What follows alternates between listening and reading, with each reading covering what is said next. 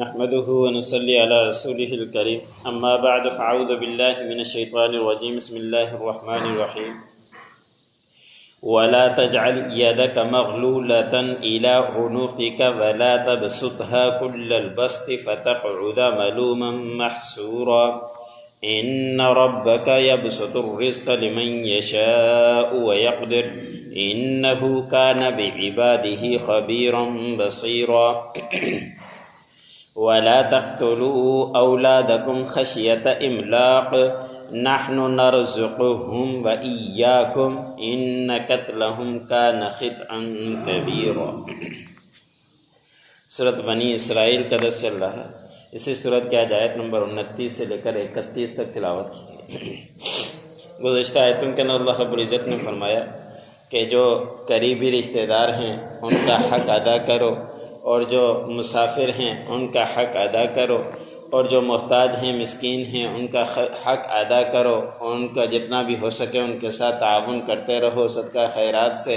اگر زکوٰۃ کا مستحق ہے تو زکوٰۃ سے بھی ان کا تعاون کرتے رہو۔ اور ایسے ہی پھر اللہ رب العزت نے فضول خرچی سے منع فرمایا کہ جہاں بھلائی کے کام ہیں وہاں تو خرچ کرو، اس سے اللہ رب العزت تمہیں اجر دے گا، لیکن جہاں برے کاموں میں خرچ کرو گے اور اسراف کرو گے تو اس کے اللہ رب العزت نے فرمایا کہ وہ شیاطین کے بھائی ہو جاؤ گے، پھر تم شیاطین بھی نافرمان تھا، ناشکرا تھا، تم بھی اسی طرح ہو جاؤ گے۔ تو اللہ رب العزت نے اگر وسعت دی ہے تو حتی الامکان جتنا ہو سکے اللہ کے راستے میں خرچ کرتے رہیں۔ یہ ڈر نہ ہو کہ اللہ کے راستے میں خرچ کرنے سے مال کم ہو جائے گا، مال کم نہیں ہوتا، اللہ رب العزت اضافہ ہی کرتے رہتے ہیں۔ آج کے آیت میں اللہ رب العزت نے ایک اور ہمیں تعلیم دی، سبق دیا کہ تم سخاوت تو کرو لیکن اتنی سخاوت بھی نہ کرو کہ بعد میں تم خود ہی پریشان ہوتے پھرو، اور نہیں اتنے کنجوس بن جاؤ، بخل اختیار کرو کہ اپنے ہاتھوں کو کندھے کے اوپر بندھا ہوا رکھ دو کہ نہ کبھی خرچ کرتا ہے نہ کچھ، اور بعض ایسے ہیں کہ جو خرچ کر جاتے ہیں پھر اس کے بعد پریشان ہو رہے ہوتے ہیں۔ دونوں باتوں سے اللہ رب العزت نے منع فرمایا۔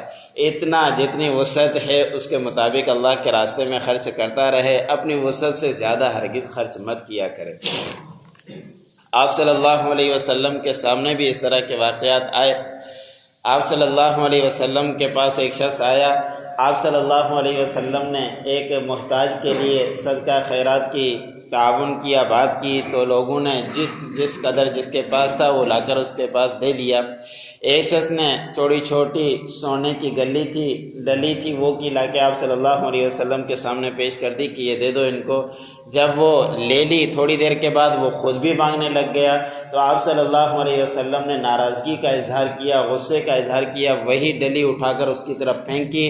حدیث کے اندر آتا ہے کہ اگر لگ جاتی تو اس کو زخمی ہو جاتا۔ آپ صلی اللہ علیہ وسلم نے ناراضگی کا اظہار کیا کہ پہلے دے دیا، اس کے بعد آپ خود ہی مانگنے کے مستحق ہو گئے، تو اتنا نہ دیا کرو کہ بعد میں آپ کو محتاجی ہونی پڑے، محتاج ہونا پڑے، دوسروں کے سامنے ہاتھ پھیلانا پڑے، اور نہیں اتنے کنجوس ہو جاؤ، بخل اختیار کرو کہ نکالو ہی نہیں۔ دونوں باتوں سے اللہ رب العزت نے منع فرمایا ہے۔ اور پھر اللہ رب العزت نے فرمایا کہ اللہ ہی کے اختیار میں ہے، جسے چاہے رزق کے اندر کشادگی اختیار کر دے اور جس کے اندر چاہے کمی اختیار کر دے۔ سب کچھ اللہ رب العزت اپنے بندوں کے بارے میں باخبر بھی ہیں اور دیکھنے والے بھی ہیں کہ کس کو کتنا دینا ہے، سب کچھ اللہ رب العزت کے علم میں ہے۔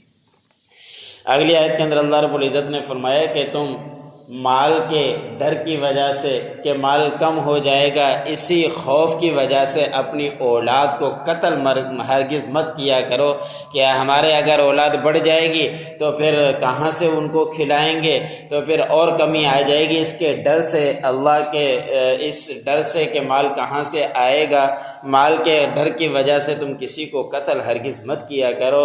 زمانہ جاہلیت میں یہی ہوتا تھا کہ وہ کھائے گا کہاں سے، تعداد بڑھ جائے جائے گی تو پھر ہمیں کہاں ان کو کھلانا پڑے گا، پریشانی ہوگی، اسی بنا پر قتل کیا کرتے تھے۔ اگر ہم پیچھے تھوڑا چلے جائیں 50-60 سال پہلے آبادی کم ہوتی تھی، لوگوں کی تعداد بھی کم تھی۔ اب جتنی آبادی بڑھتی جا رہی ہے اللہ رب العزت خود بخود اسی کے مطابق گندم جو بھی چیزیں ہیں خوراک کی وہ اللہ رب العزت خود بخود بڑھا رہے ہیں۔ اللہ رب العزت کے علم میں ہے کہ کتنی تعداد ہے، کتنی آبادی کرنی ہے، سب کچھ اسی حساب سے چل رہا ہے۔ تو اس کے خوف سے ہرگز کسی کو قتل مت کیا کرو کہ وہ کھائے گا کہاں سے۔ اللہ رب العزت نے پہلے ان کی طرف نسبت کر کے کہ جن کو تم قتل کرتے ہو ان کو بھی اللہ رب العزت رزق دینے والا ہے اور تمہیں بھی، تو اس خوف سے ہرگز کسی کو قتل مت کیا کرو، تعداد کے بڑھ جانے کا خوف نہ رکھا کرو۔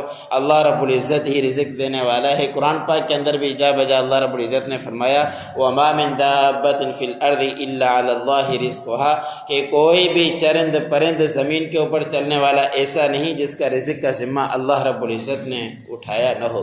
اور پھر آخر میں اللہ رب العزت نے فرمایا کہ جو قتل کیا کرتا ہے بہت ہی بڑا گناہ وہ اختیار کیا کرتا ہے۔